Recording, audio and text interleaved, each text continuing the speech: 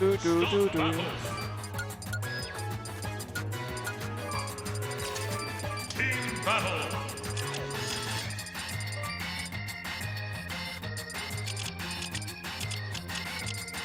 Pokemon Trainer, EKing. So KitKat and Knight actually gonna rock the Pokemon Trainer and Snake. Obviously, the usual team that we saw before, which is Yoshi and EKing.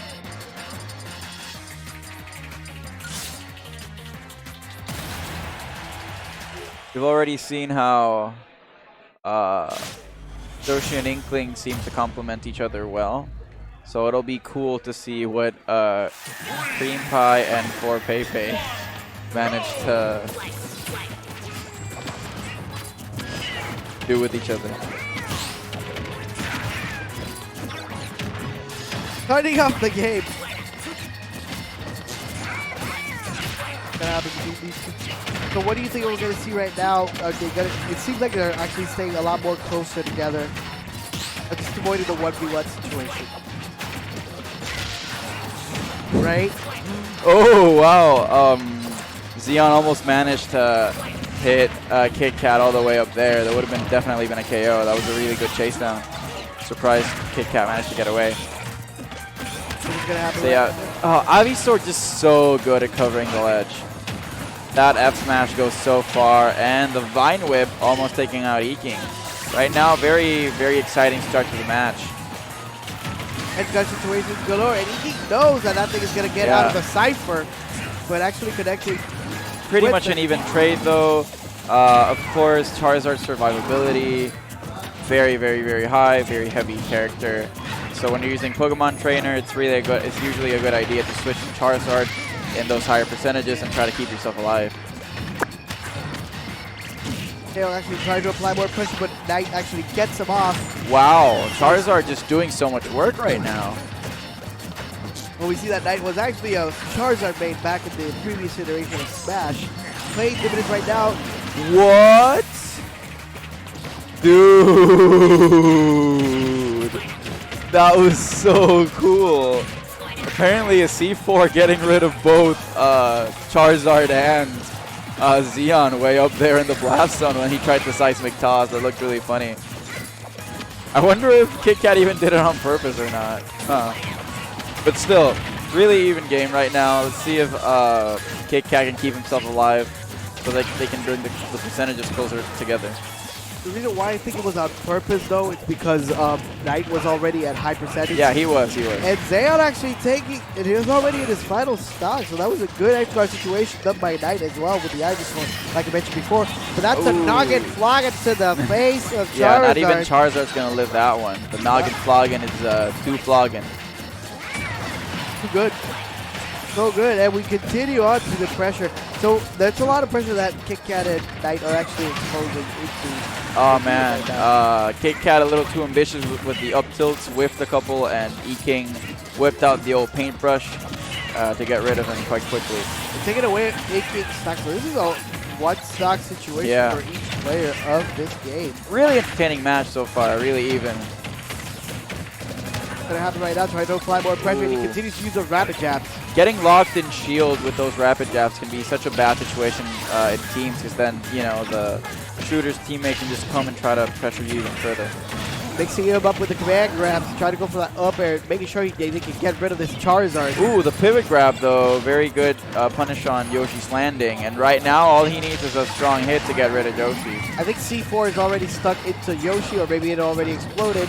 Oh, the Nair though, that's too bad. Oh no, now it's going to be really hard for KitKat to get these kills. What's going to happen right now? And he knew that Yoshi was actually going to get him out of the Cypher, but he actually managed his directional air dodge before. Was that? That's Up air? Not going to kill.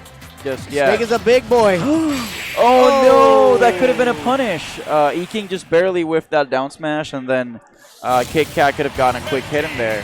Even if it wouldn't have killed, it would have put him in a better situation. And EKing had no ink either, so it was going to be difficult for him to follow up with anything. Whereas, still good game. Yeah, very good match. Let's see what the second one brings. They just have to be a little more careful there in the end. But, you know, in these close matches, it always comes down to who gets the big KO hit first.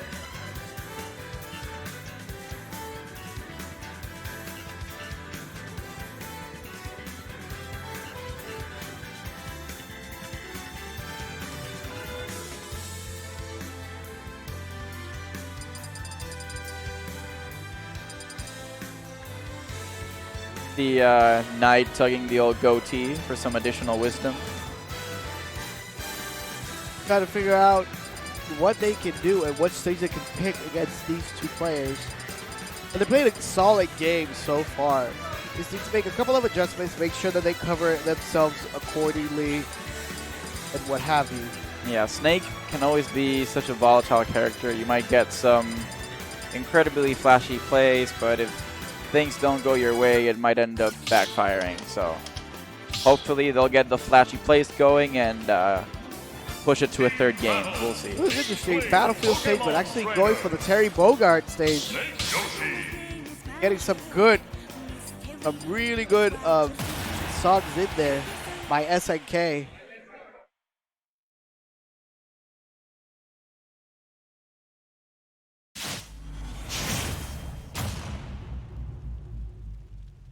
And we are underway. Loving how the Terry Bogard stage looks. It's essentially a Pokemon Stadium for humans. Pretty much trying to decide who is the king of fighters in Smash Bros. Ultimate.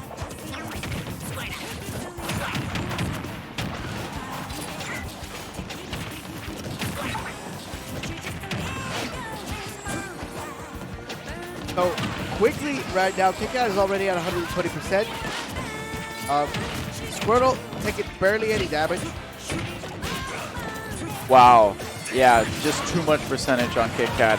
He keeps trying to place his projectiles on stage and go with the classic evasive maneuvers, but as of now, he's been getting hit pretty cleanly every single time through, so has to be careful not to get KO'd too quickly, otherwise the low percentage on Squirtle will be for naught. Nice waterfall, hitting both of Red Team's members and letting Snake get a clean landing in.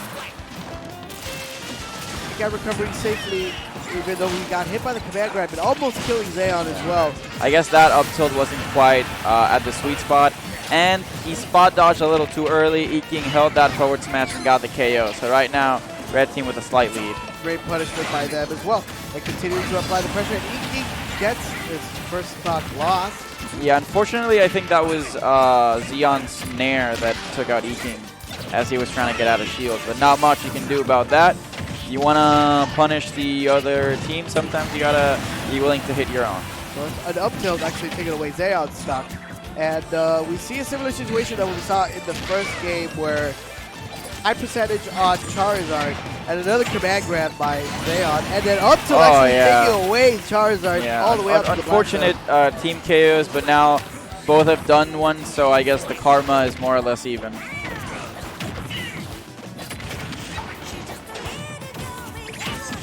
Continue with this pressure and oh man, no, he took too much of a beating. How did he get his percentage racked up so fast? Instead of having the slight lead they did a minute ago, now. Oh, look at that! Oh wow, that is disgusting. Look at them, completely covered in ink. Oh! But that down air evening things up a little bit. Otherwise, they faced potentially a very big deficit. That was really good. That was a really good coverage done by Knight and a clutch play in this situation. Oh, unfortunately got stuck in Bullet Seed. Oh man, and that forward smash is gonna do it. KitKat's survivability has just been so poor this match. Oh wow, and Knight responding wide back. Knight is doing his utmost to try to keep them in this game, but right now it's looking quite rough. Knight trying to carry his teammate into the victory circle. And oh my god, that's a double kill! Yeah. That was so clean! Not quite as close as the previous game, but we did see some really nice flashy KOs and combos. And we got to see just how incredibly annoying Inkling's jab can be in doubles. Because if you're both getting shot down by that little ink machine gun, then the other teammate can just go ham on you.